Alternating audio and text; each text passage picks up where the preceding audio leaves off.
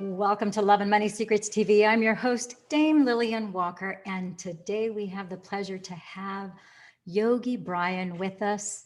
And we thank you for tuning in, tapping in, and turning on today. And Yogi Bryan, I'm so excited to have you on today and for you to share with us some of the wonderful body and mind transformation meditations, techniques, and yogi secrets that you have accumulated over your entire lifespan. So thank you for showing up here. Oh, thank you so much. Yeah, thanks for having me on. Yeah, I am honored to be on the show.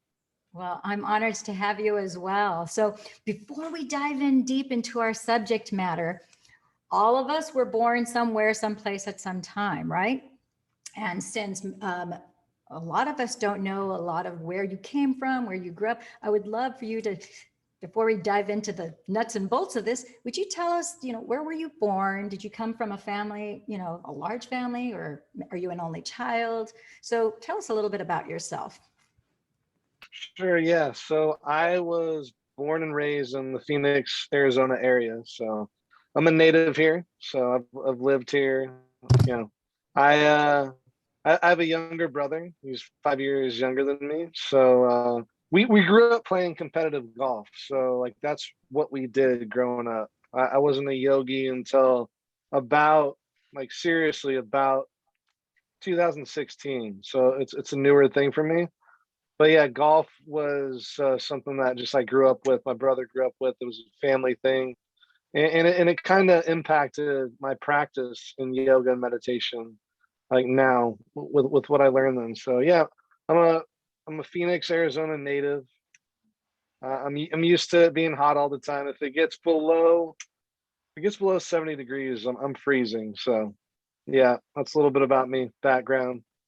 Okay, and so tell us, how did you come about? First of all, it sounds like you're born and raised in Arizona. So, how did you come upon the spiritual practice of being a yogi, and how did you come into union with meditation, where you decided one day, what, this sounds interesting. I'm going to try it. Don't know much about it, because I think all of us, when we dive into the practice of meditation, we've heard of the word meditation plenty of times, and we have different paradigms as to what that actually means to us. But when we first start, we really don't know what we're doing. And then we quickly, come to the realization that clearing the mind of thoughts and so forth is a little more challenging. It's like now 30 seconds is a Yeah. really long time. So tell us how you came to become aware of meditation, and what prompted you to try it for yourself? Yeah, thank you. Love that question. Yeah, I really my yoga meditation journey was an accident. I created an Instagram account just to make fun of yoga back in 2016, just to make fun of yoga. And like I didn't know much about yoga. I was inspired because I saw one of my friends on Instagram. She was doing a yoga challenge for her studio, and she was doing yoga poses each day in different places of her house, like on her bed, kitchen table, counter, random places. I thought it was ridiculous. I thought this was like, is this what yoga's about on Instagram, doing these challenges?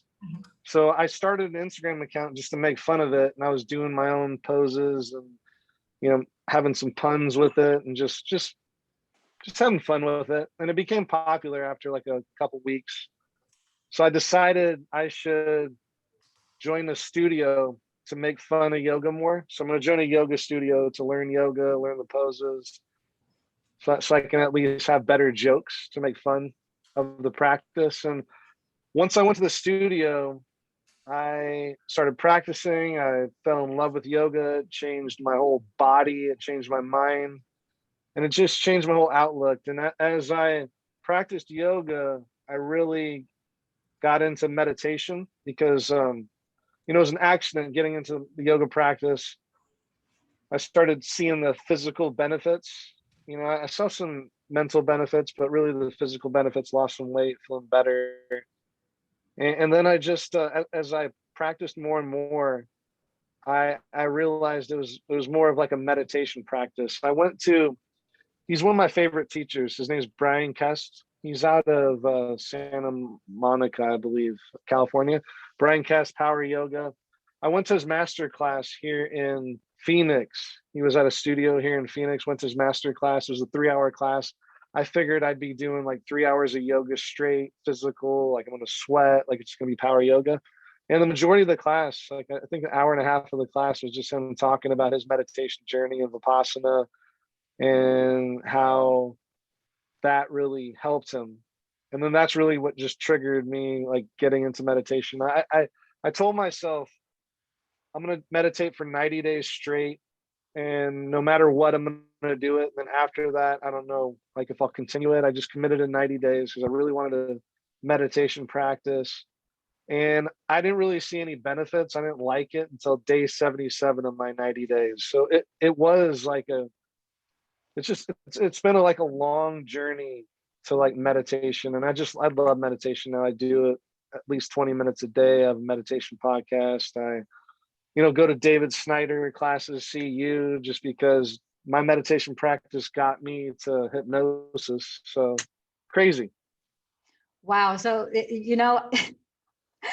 I always tell people that no experience is wasted. And you just proved the point so beautifully and so eloquently, because the universe, God, the creator, the great I am, knows exactly what it is that we need. And so it looks like he put that Instagram, account on your radar because he wanted to grab your conscious awareness to bring you to this point. And even if it meant you mocking someone that was going to cause you to get on the journey to self-exploration and self-mastery, because that's really what meditation is. Yes. I'm an advanced student of Dr. Joe Dispenza, and he tells us, Oh, I love that. yeah, and he tells us that the word meditation actually means to know thyself, and that's what meditation is. And so, our creator knows that we, as humans, we get conditioned and we get changed and we get morphed, if you will, based on whatever our environment and society is, our parents, our relatives, our neighbors, our schoolyard friends, etc., our society, the TV, whatever it is that we're exposed to. And we get farther and farther away from being heart-centered because the ego starts to rule the roost. And so, of course, mom and dad are responsible for us until we're 18. But after that, you can't say it's mommy and daddy's fault because now you're a grown up. And so now it's a matter, Yeah. that's true for every human being. So now it's like you take responsibility for you. And guess what? It's on each individual to get to know yourself and realize, Yes. I need to get to the heart of the matter. When I get to the end of my journey or the end of my road, I can't go, when I shake off the meat suit and now I'm just pure spirit form and I'm going back to my creator. I can't say, oh, mommy and daddy said, or I Yeah. just did what mommy and daddy and grandma and grandpa and great grandma and nana, going back 1,000 years, just because that's what, I'm not here to be a marionette. So Yeah. I only take responsibility for me. So this is very exciting Exactly. to hear. So what was your first aha? Because to go from making fun of and mocking and saying, this is silly, it's like, yoga poses, kitchen counter, on a floor, and all these different places, to let me investigate this. What was your first aha after you started investigating? Yeah, it started a little bit before. I had little dabbles of like aha moments in my practice. I you know when I was playing competitive golf, like once I got to a certain point with how I hit the ball and how I competed, like it was really just a mind game because everybody else like had a good swing. Everybody else can hit the ball just the same. Like we're all pretty good physically. It's just whoever just had the best like mental game, So like one of the things that like I had to tell myself over and over again when I used to play golf, I told myself like stay in the present and commit to the process. So stay in the present of what I'm doing. Like I'm focusing on this one golf shot. Like that's all I'm focusing on right now, like walking to my shot.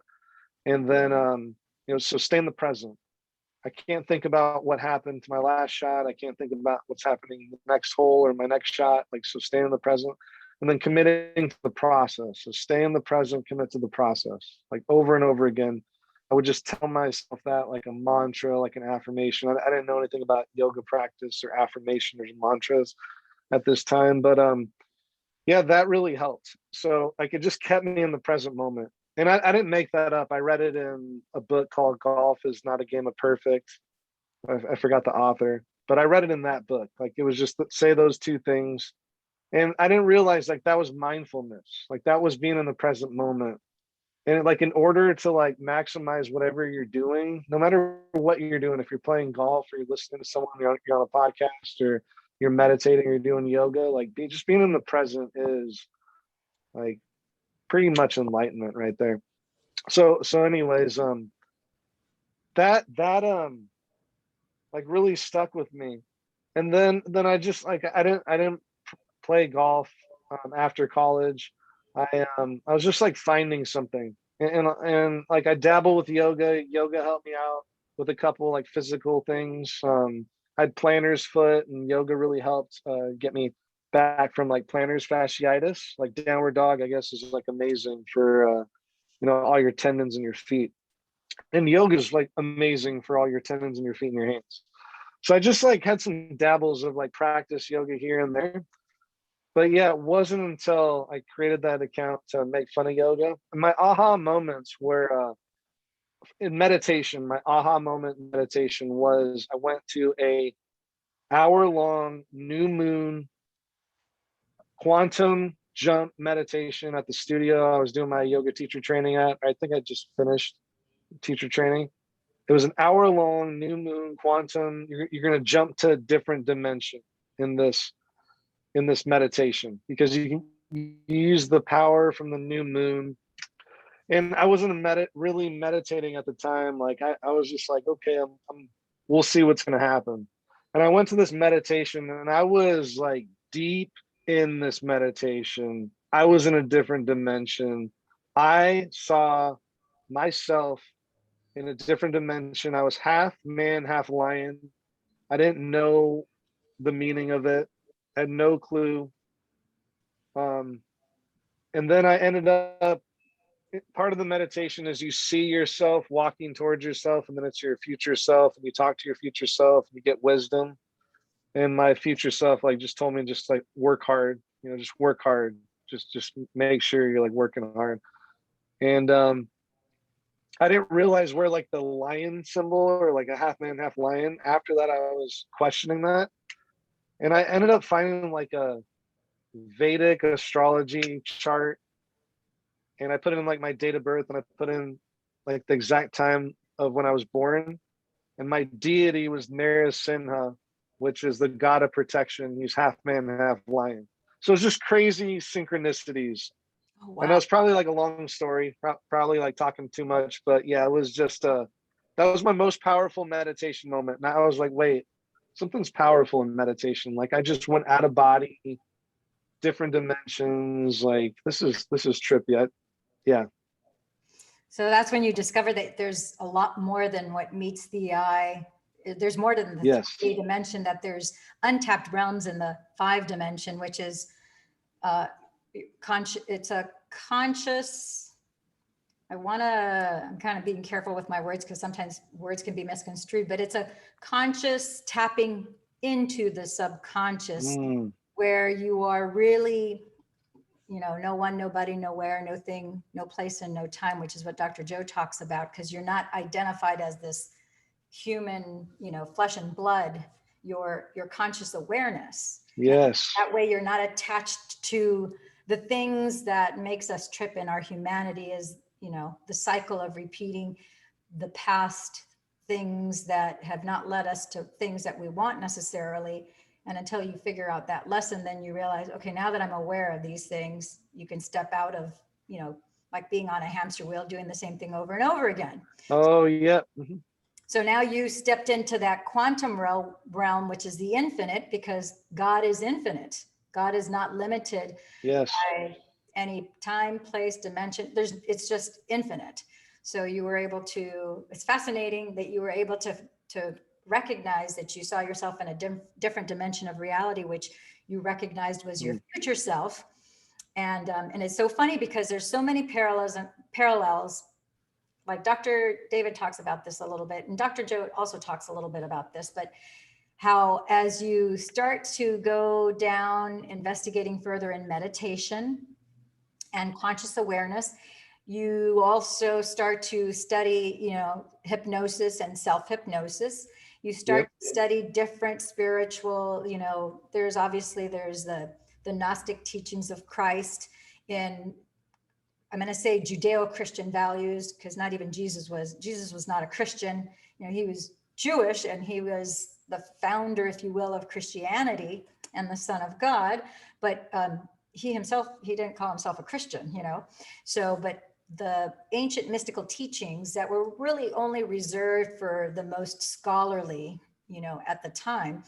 As you start to study all these different things, you start to realize it doesn't matter if it's, Christianity, Catholicism, Judaism, Hmm. Buddhism, Taoism, any ism for that matter, spiritualism, Hmm. they all kind of like dovetail together where they all kind of become one. And you start to realize, wait a minute, there's something that's inherent to all of these that has to do with a thread of truth inside all of us. Yes. Yes. Hmm. Wow. So tell me about what prompted you next to start your YouTube channel. I know that you have a lot of really great meditations. You've got some really great interviews, but you really have some really cool content on body and mind transformation. So what was the inkling, or what was the impetus for you to pull the trigger on that and say, okay, I'm gonna do this? Yeah. So the YouTube, it's just been consistency. It's really like, for me, once I got clear with like what my mission was in terms of what I'm trying to do or what I'm doing with yoga and meditation, like it just everything else seemed to fall into place. I mean, my mission is to share the practice of yoga and meditation in a humorous way so people can develop a healthy body, peaceful mind. So like when I do that on my YouTube, there's times where I've gotten so caught up with what content I should make or what I should do, or like what niche I should be in, or oh, if I make this video it's going to be off brand, which I stick to brand, yoga and meditation, pretty much. But I I just like try and do like as consistent as possible on YouTube. Like, if there's any way like I can make content somewhere else and like record it, I recorded a lot of classes during the pandemic, so then I just put those on YouTube, and then those grew. I had I had a lot of questions with like a microphone setup that I was using, so I was getting a lot of DMs on Instagram. So then I just ended up making a video for YouTube of everything that I used. It took me like 15 minutes. It wasn't high tech or anything like that. And that's been one of my most popular YouTube videos. It gets like consistent views, and I have links to, what links to those products too. So like I get a little credit on that. So yeah, it's just really like listening to my audience. It's one thing, is like listening to what people like about my content. Like I like making people laugh. Like I know that's my strength. I love yoga, I love meditation, and I love sharing my practice. So if I can just do that, like normally it's gonna go well. So this is really interesting because you talked a little bit about the synchronicity of you seeing yourself as half man, half lion. And, you then followed the thread of, I don't know how you came up with, I think you said Vedic astrology. Was that what you said? Yes. Okay. So that you looked up, I don't even know how you would know to look up Vedic astrology. I'm horoscope, all of that stuff. I'm kind of very ignorant on that stuff, but somehow you decided to look up based on your birthday and your time of birth, your exact time of birth. And how serendipitous that it would bring you to information that revealed this lion. That's obviously serendipitous and coincidental. Hmm. And I just want to point out that coincidental is most people don't realize that coincidences, it's an actual math term originally, which means 2 points in space and time that join together. That's what a coincidence is. And that's exactly what happened to you. You had 2 points in time. You had your meditative state, and now another in a different time and space and dimension, you became aware of this Vedic astrology information, and they coincided where they both had this common denominator of the lion, which has to do with something, within your inner being. Yeah. So my question to you, because we're talking about signs, symbols, and synchronicity, would be, what are some of the signs, symbols, and synchronicity that you noticed once you started your YouTube channel? Yeah. Once I started my YouTube channel, it just hit 1,000 subscribers like a few months ago, which I've had the YouTube channel for a while, and it's been one of my slowest growing platforms compared to most of my other platforms. So synchronicities with YouTube is just, it's really listening to the universe. It's listening to people. Like I the majority of my subscribers, the majority of how I grew my YouTube is a few videos. And those few videos were literally me like listening, and just I was getting a lot of questions, and it just was easier for me to make a YouTube video because everybody likes to go to YouTube and just find a video on how it can help them do something. Whether it's meditating or yoga or how to make money or something. Like YouTube's like the #1 platform. Like all other social medias want YouTube's viewership. So it's like once I had those people asking me so many times of like, hey, what microphone do you have? What microphone do you have? It was just easier for me to make a video, and it's easier for people. People are searching for it. People are asking for it. And when people ask me now, I just give them my YouTube video, and then they can watch it. So it's just easy. Yeah, it just helps everybody out, helps me out, and then helps them out. Yeah, it's so interesting because you hit the nail on the head. It sounds like you're paying attention and listening. You're listening to what your viewers want. And if they're asking you repeatedly a question, well, there's no need for you to respond individually each time, because there's plenty of for every person who asks a question, there's probably 10 or 15 more who have that question, but haven't taken the time to write and ask it. So by virtue of you answering it, and if you have multiple people asking you, then that's a sign. Yes. To answer with video, because people, sometimes they'll ask a question, they'll get your response, and then they're like, what was it that he said? And if they had a video, they'd watch it again. Mm-hmm. And exactly. So they'd look it up, or they're a subscriber of yours, so they go into your channel and they look for the answer. Oh, that's right. Oftentimes they'll watch a video 2, 3, 4, 5 times to really get what it was that you said. Yeah. Move on. And so just listening, which is the skill that we need in meditation, to listen to our true inner voice, and then to listen to, the universe speaks to us in many ways. And one of those ways is the viewers that are telling you, I got a question about this. I got a question about that. So with that being said, what's the #1 question regarding meditation that people ask you? People ask me, or they tell me that, they tried meditating and they just can't quiet their mind. They tried meditating, and it's like, they tried one time, or they tried for a week or a couple days, and then they stopped. And like that question, it's like, if you stay with it, like for me, meditation's awareness. Like it's just it's awareness. Exactly. For me, like just being aware. And then there's so many different meditations you can do, but if you like focus on a couple, but yeah, it's awareness and just listening. And then it's such like an unlock for people.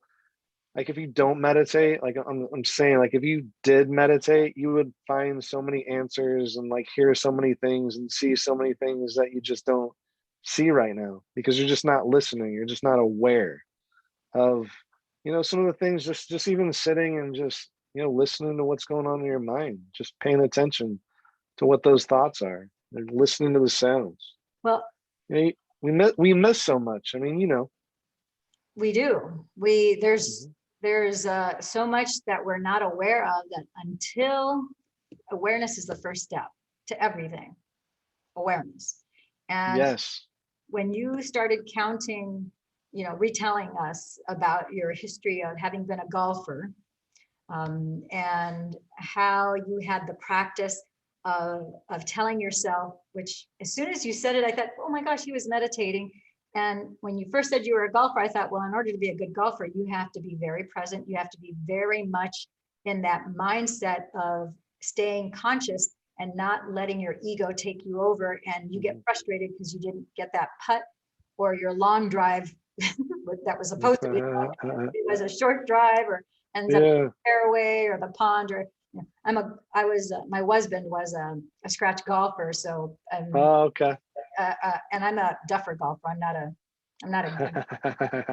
I love the 19th hole. When you Oh yeah, margaritas that's afterwards. the best hole. Yeah, I break 100, but on 9 holes, not 18. Yeah. So I'm very aware that you have to be, the reason why people who do well at golf are the ones who don't throw their golf club when they miss a shot, or when they don't do as well. They stay very calm, very centered. And I love what you said. You said commit to the process, and golf is not a game of perfect. It's just commit Mhm. to the process, commit to the process. And you just stayed, stay in the present and commit to the process and stay in the Yep. present. And that was your, you didn't use the label of mantra. And that's where, I think the number one thing that viewers can take away from this show is, like, forget the word mantra, forget the word meditation, forget all these labels. Of course, we need to bring up labels so that we can come to agreement that a mantra is basically an affirmation. It's the same thing. It's no different than taking a scripture from the Bible and repeating that over and over and over again. Mhm. Or taking a scripture from the Torah, or from the Quran, or a Taoist text, or from any, ancient spiritual writing. But the point is, it's something that you say that is a positive thing, that will bring you to a Mhm. present state of a conscious awareness, that will allow more love and light in, as opposed to letting you go towards the fear and the darkness that takes power away from you. Because staying in the love and the light gives you power, and going towards fear, Yeah. shame, guilt, anger, frustration, annoyance, irritation, all those, if we look at the Hawkins scale of vibrational frequencies, love is at 528, joy is at 600 hertz. And if you look at fear, resentment, doubt, shame, guilt, all of those are fear starting at 100 hertz. And everything that I mentioned that are negative emotions, they're under 100 hertz. So frustration, irritation, Mm. annoyance, that's like 50 hertz. So think about how low a frequency you are, how you're off, Gosh. you're off by over 450 hertz from that point to love. So by your staying committed to the process, and you stay in the present, I'm staying in the present, I'm staying in the present, you have your focus, you know where you want the ball Mhm. to go, you hit it. That's no different than our everyday lives. It's like, okay, focus on the end result. Where is it that you want to be 6 months from now? Where is it that you want to be a Yeah. year from now? 36 months goes by like this. So decide where you want to be 36 months from now, 60 months from now, 5 years from now, 10 years from now. And as you keep your eye on the goal, and okay, so you have a crappy moment. Just because you have a crappy moment because of whatever the excuse might be, doesn't mean you have to have a crappy morning, a crappy afternoon, and crappy evening. You don't have to write off the rest of your day. Exactly. Through meditation, in a minute, you can turn yourself around, or, we're fortunate that we've also have self-hypnosis under our, Yeah. Exactly. you can kind of combine the two. And in just a couple minutes, or not even a minute or two, you can turn that around and reset yourself. So you stay in the present, whatever that thing was, it's already in the past. It's no longer Yep. here. And I know that there's neuroscientists have actually proven that when you have a negative emotion, that the chemicals from anger, from fear, from whatever, irritation, frustration, annoyance, shame, guilt, you name it, that only stays in your blood for 90 seconds. Interesting. 90 seconds. So if you're staying in anger, fear, shame, guilt, resentment, annoyance, irritation, any of those things for longer than 90 seconds, you're faking it. What you're doing is you're faking it and you're focusing on it, recreating it every 90 seconds over and over again. So do you really need to draw that out and waste five minutes of your life? Right. A day, a week, a month? No. We can go, okay, crap. Okay, I had a bad moment. I'm not a saint, so I'm not saying that I can master this in 90 seconds, but I could probably master it in 2, where I decide, okay, this doesn't feel good. Let me focus on the breath, because that's what meditation is. You focus on the breath. The fastest way to meditation. And as you do that, you can decide different practices. I tell people, if you just take your hand and you stare at it, that's a meditation. You stare. Right? Yeah, exactly.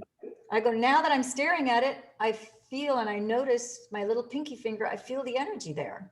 And I feel the blood going to my pinky finger, and I'm not aware of the rest of the hand, but I'm aware of the pinky finger. And as I just bring awareness to each finger, it's funny how I also start to notice the feeling on my nail beds, which a second ago I wasn't. Well, the mind can't think of 2 things at once. So whatever I was upset, angry, frustrated, irritated, or annoyed about, exactly, that's in the past. Now my awareness is here. I'm at least at neutral. From neutral, now it's not that big of a leap. From neutral, so I went from 100 hertz, let's say fear, or let's give you the benefit of the doubt, not say we were 50 or 25 hertz, we're 100 hertz. Okay, so now we're going to neutral, 300-400. Let me get myself up to a loving feeling. Well, I got to tell you, I love my fingers, especially when I'm aware of somebody who doesn't have a hand. Worse yet, don't have an arm.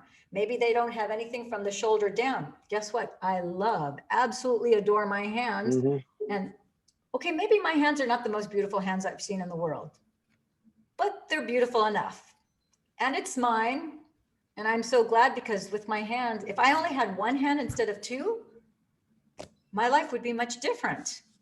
And so it puts you in a place of appreciation and gratitude. Just something as simple as that. And we all have our hands wherever we go. Exactly. So it's like a simple thing to just focus on your hand. Yeah, and it brings you back to the present moment when you're doing that. You're just here and now. That's like, it's like the best thing for anxiety, just breathing and come back to the present moment. Yeah, breathing and coming back to the present moment. Yes. So I wanted to talk to you also about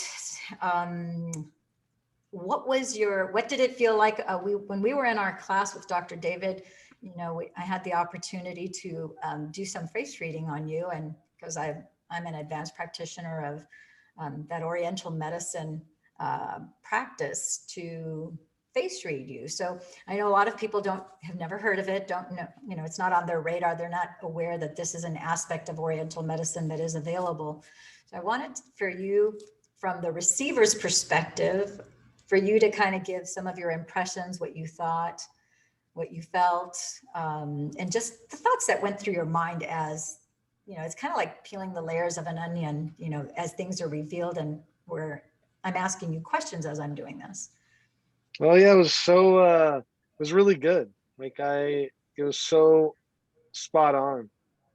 There was, I don't know, there's like a couple of things in the eyes that you talked about. I don't know exactly what one was, like circulation or something. Yeah. And then I forgot, like there was like the journey lines or whatnot.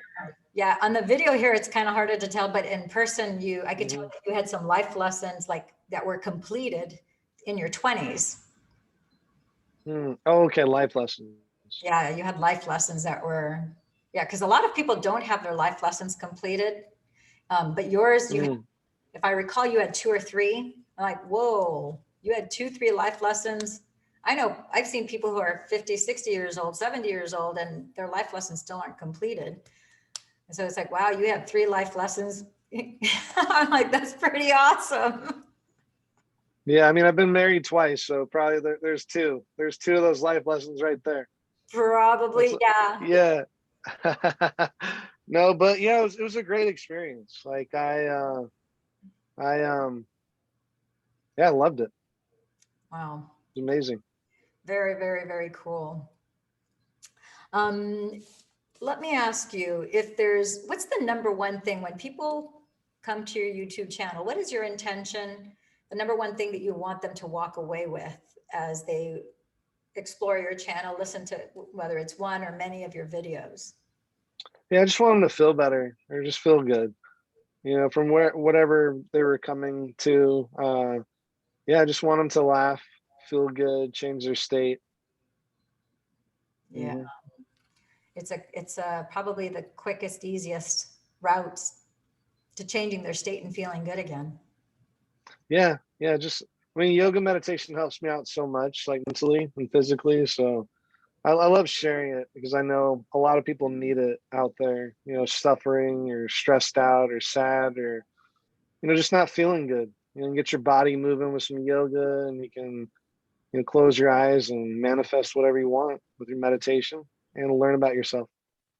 So in terms of yoga, what is the number one thing that you feel that you benefited from? I know you mentioned that you were able to heal plantar fasciitis. I can honestly say you're Hmm. the first person that I speak to that healed plantar fasciitis with yoga. So Oh, wow.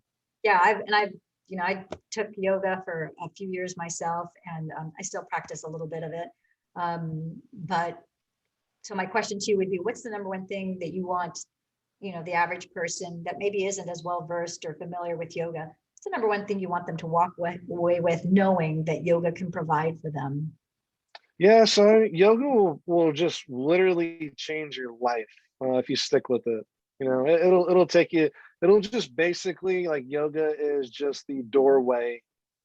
Even if you want to do it physically, you want to lose some weight or whatever you come into yoga for, it's just you're just opening a door into like a different dimension. And then as you practice more and feel better physically, you start to learn some of the spiritual practices and some of the meditation aspects of your practice. And then it's just like you keep opening those doors, you keep seeing things that you never even knew were like in the world and things that you can manifest. So I would say it's yeah, if you want to change your life, just try to do yoga and stick with it. Even if you want to make fun of it, you can still change your life. So it sounds like you are putting a call and an invitation to anyone who wants to make fun of yoga, yoga specifically, and or meditation or both. Come on board, because you might be pleasantly surprised to find out a lot more than what you bargained for, and it just might change your life the way it changed yours. Exactly. 100%. 100%. Well, Brian, it's been an awesome time here, you sharing with us all these wonderful revelations. And thank you for being on the show today. And I'm sure we'll have you back. We're going to dive in deeper into some of these practices and both, maybe even do a meditation. Oh, that'd be awesome. I think it would be a really fun thing to do. And even if you have an integrative meditation / yoga practice that we could share with our viewers, I think it would be fun. I think it would be fun, and it would be also beneficial. And I know that they say that a flexible body is the sign of a flexible mind. So Yes. one of the reasons why you want to do yoga is to keep your flexibility. And with the Yeah. flexibility of the body, as you increase your flexibility, you're going to get rid of your rigidity, and you are also going to expand your mind, because your awareness is going to go as you stretch those different body parts. You can't Exactly. but notice and be aware of those spots, because at first it's like, Yeah. oh, wait a minute, that's a little stiffer than I Right. recall. Last time you're like, okay, I really got to work on, stretching this. Yeah. And just like anything else, if you golfed just one day and the first day you quit, you would have never become a good golfer. You would have never got to the level where you could have played golf in college. And the same thing is true with yoga and meditation. Anything that's worthwhile, you have to keep at it, being persistent and consistent. Exactly. Yeah, exactly. Yeah, you're just consistent with anything. Yeah, and you can put your socks on better if you practice yoga more. Just a lot more easier. Into old age. Yeah. I'm going to share screen. I just want to show our YouTube viewers and our Facebook Live and anyone who's tuning in here. I want to show them your, let's see, I'm going to show your YouTube channel so that they see it here.